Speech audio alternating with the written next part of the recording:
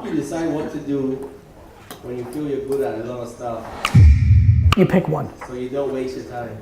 You pick one. But how do you know which is the right one? You don't.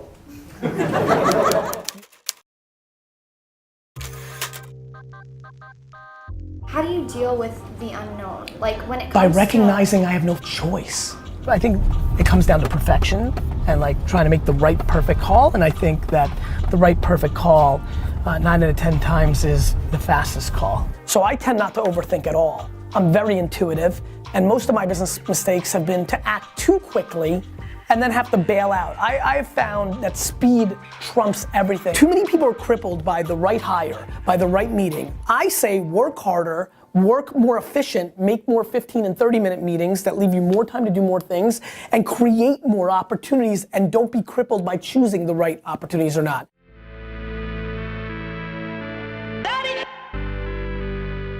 I believe one of the most fascinating excuses in life is that I'm so good at so many things that I don't know which one to pick. So many of you are not taking action because you overthink it. You overthink it. You overthink it. I think the thing that bothers me is that people are crippled by their options and then actually aren't doing anything in parallel. They're lollygagging while they decide. If you're so good at so many things, you'll pick one, you'll be good at that, and you can do a bunch of things. I'm doing a bunch of things. You need to be doing. Right? You need to be executing. So if there's 3 to 4 tangible things going on in your mind, you need to make sure your internships, your free time, you know, whatever you can do to let you taste them and get context around them is what really matters. I always say deploy your resources that you can afford to lose. A lot of you don't have the dollars. I used to not have the dollars, but I had my time. Taking action is, especially if it doesn't cost you money and it's just time, is always a better answer than pondering or thinking or trying to decide if this is gonna work. You don't know. And one of the smartest things I do as an entrepreneur and a business person is I do things so I can understand whether they work or not.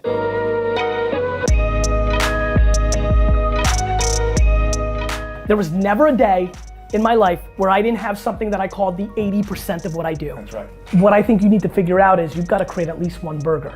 I've got 4, right? You need to have 1. You can go and have side dishes, and if your steak is perfect, you'll always be able to absorb the losses because they're smaller losses. I think a lot of people just eat the potato or the pickle or the onion or the, like I have the burger, Wine Library, VaynerMedia, my personal brand, investing, those are my burgers. Because what the burger does is allows you to create the wealth creation or the financial stability that allows you to go flirt. And then when something over here becomes bigger, you can turn that into the main part, and that could become the steak. Too many people have all side dishes and no steak. Do you ever get anything wrong? What do you do when you make a mistake? I get everything wrong. It's just that I can't recall it because once it's wrong, I'm moving on to the next thing. I passed on Uber twice. When they were raising money at a $4 million valuation, I passed, even though Travis is one of my boys and I think is one of the best entrepreneurs in the world. Had I wrote a $25,000 check into that company like I did the other companies, it'd be worth $300 million. You have to understand, this is my homie. He's acknowledged in my book. That's what you have to do when you're playing the game. That's what you have to understand when you're an entrepreneur. Those misses are gonna come in my career. I look at losing as a positive, mainly because everybody here doesn't like losing because they're worried what other people think about their loss. Yep. I don't care what you think about my losses. My L is my L. You're more than welcome to leave a comment and clown on me when I fail on something, when something doesn't work out. I have good news for you. I don't give a what you have to say. I swear on my kids' health, I'm obsessed with losing. I love losing because I know exactly what you're thinking about my loss, and I can't wait to stick it in your face when I come back.